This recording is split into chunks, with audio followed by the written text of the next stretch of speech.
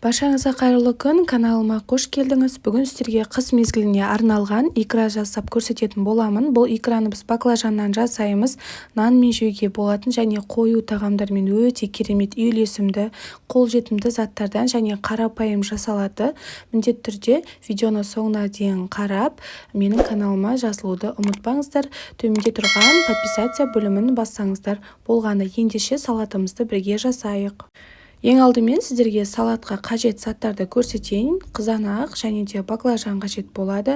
Бір қызыл бұрыш, яғни ащы бұрыш, және де 2 пиязымыз, тәтті бұрыш, сәбіз, және де осындай петрушка қоссаңыздар да болады. Болмаса укроп қосыңыздар, және де сарымсақ қажет болады. Барлығын жақсылап ашып, жуып, тазалап, дайындап қоямыз. Ең алдымен баклажанымызды видеода көріп тұрғандарыңыздай үлкендеу қылып, кубик ретінде, яғни 4 бұрышты қылып турайтын боламыз. Қатты майдалап турамаңыздар, өйткені қазір баклажанымыз піскен кезде езіліп кетуі мүмкін. Осындай формасын сақтайтындай 4 бұрышты қылып турайтын боламыз.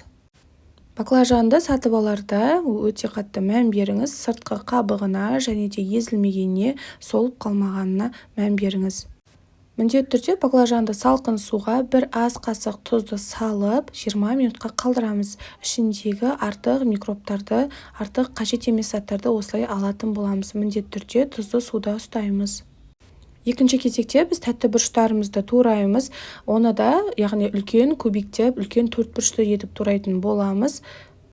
Тәтті бұрыштың өзіңізге қалаған түсінен ала берсеңіз болады, яғни қызыл, сарысынан қолдансаңыздар да болады. Менде осындай жасыл түсі болғандықтан тек қана жасыл түсін қолданамын. Ендігі кезекте біз сәбізімізді тураймыз. Сәбізімізді кішкене майдалау қылып тураңыздар, өйткені сәбіз қатты болғандықтан пісуі өте қиын. Сондықтан тез пісуі үшін, барлығымен бірге пісуі үшін майдалап турауларыңыз қажет. Бұны да бөлек бір ыдысқа салып қоятын боламыз. Құрметті менің көрерменім, дәл осы видеоның астына толық описание бөлімінде рецептін толықтай қалдыратын боламын. Сол жерден қарасаңыздар болады. Қызанақтарымыздың қажет емес жерлерін осылай алып тастайтын боламыз, және де ет тартқыштың көмегімен немесе блендердің көмегімен жақсылап езіп аламыз. Өзіңізге ыңғайлы етіп турап алсаңыздар болады. Ет тартқыштан болса 2-ге бөлсеңіздер жеткілікті. Менде блендер болғандықтан осындай 3-ге 4-ге бөлуім қажет. Ешқандай да түйіршіктер қалдырмай, видеода көріп тұрғандарыңыздай толықтай езіп алатын боламыз. Блендермен өте тез езіледі, сондықтан блендермен езуге кеңес беремін. Ендігі кезекте пиязымызды да 4 бұрышты етіп турайтын боламыз. Видеода көріп тұрғандарыңыздай, бұны да қатты майда емес, осындай үлкен қылып турайтын боламыз. Құрметті менің көрерменім, дәл осы видеоның астына қысқа дайындық банка жабу деп аталатын плейлистімді қалдыратын боламын. Сол жерде қысқа арналған неше түрлі салаттардың банка жабудың рецептері өте көп, сол жерден қарай аласыздар. Ең соңында сарымсағымызды осындай үккіштен немесе осындай пышақтың көмегімен өте майда қылып турап шығатын боламыз. Қазанымызға сұйық майымызды құйып, жай отта бірінші қыздырып аламыз. Ең бірінші пиязымызды салып, жақсылап араластырамыз. Міндетті түрде ескеріңіз, газ отыңыздың аздын бір қалыпта ұстаңыз, яғни бірсе қатты ашып, бірсе жайлатуға болмайды. Пиязымыз жақсылап қуырылып жатқан кезде үстіне осылай екінші кезекте сәбізімізді салып, тағы да жақсылап араластыратын боламыз. Барлығын бір қалыпты отта пісіреміз. Егер оттың астын неше түрлі қылып қоя беретін болсаңыз, салатыңыздың біреуі пісіп, біреуі піспей қалуы мүмкін. Соңында барлығы езіліп кетеді. Сәбізімізді салып, жақсылап кішкене 5-10 минут қуырғаннан кейін баклажанымызды саламыз. Менде ол жері түспей қалыпты. Салғаннан кейін баклажанымызды толықтай осылай астын үстіне толықтай араластырып алатын боламыз. Мінекей, шамамен 10 минуттан кейін баклажандарымыздың формасы кетіп, осылай езілетін болады.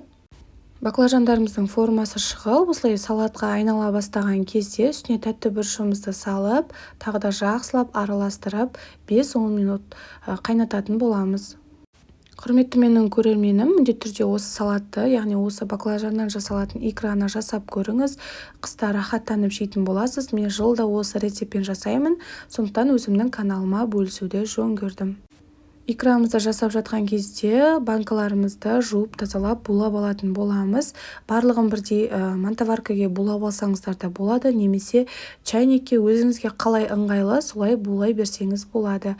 Сонан кейін сарымсағымызды салып, тағы да жақсылап араластыратын боламыз. Менде осындай арнайы банка булайтын темір бар. Бір-бірден осылай жақсылап шамамен 10 минут ұстап булап алатын боламын.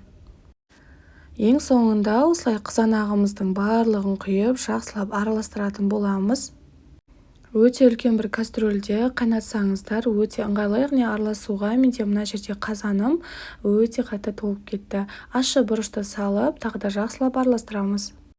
Егерде салатыңыздың ащы болғанын қаласаңыз, ащы бұрыштан 2 данасын қосыңыз. Менде балалар жейтін болғандықтан қатты ащы қылып жасамадым, яғни бір ғана данасын қостым. Ең соңында салатымыздың дәміне қарай тұзын және қантын қосатын боламыз. Әркімге әрқалай ұнайтын болғандықтан салатыңызды міндетті түрде дәмін көріп, тұзын, бұрышын қосыңыз. Барлығын қосып болғаннан кейін жақсылап араластырамыз. Ең соңында тек біз қазір шамалы пісуіне шамалы қалған кезде аскөкті қосатын боламыз. Мінекей мен осындай петрушканы майдалап турап алдым. Айтқанымдай, егер сізде петрушка болмаса, кәдімгі укропты қолдансаңыздар да болады. Барлығын салып, жақсылап араластырып, шамамен 30 минуттай жай отта бұқтырып қайнататын боламыз. Міндетті түрде қақпағын жабуды ұмытпаңыздар. Мінекей біздің баклажаннан жасалған икрамыз дайын болды. Қараңыздар, өте аппетитный болып шықты. Ендігі кезекте буланған банкаларымызға құятын боламыз. Газ отымыздың астын өшірмейміз, өте жай отта қойып, ыстық күйінде құямыз. Осылай толтырып құйып, крышкасын жауып, бірден жауып тастайтын боламыз. Яғни бойын суытпай, бірден жауып тастаңыздар. Мінекей біздің қысқа арналған баклажаннан икрамыз дайын болды. 3 литр және де осындай бір кесе икра шығатын болады. Қараңыздар, өте аппетитный болып шығады. Міндетті түрде жасап көріңіздер. Банкаларыңызды қараңғы және де салқын жерде сақтасаңыздар болады. Міндетті түрде жасап көріңіздер. Сіздерге ұнады деген ойдамын. Сіздермен бірге болған Гүлсая. Келесі кездескенше.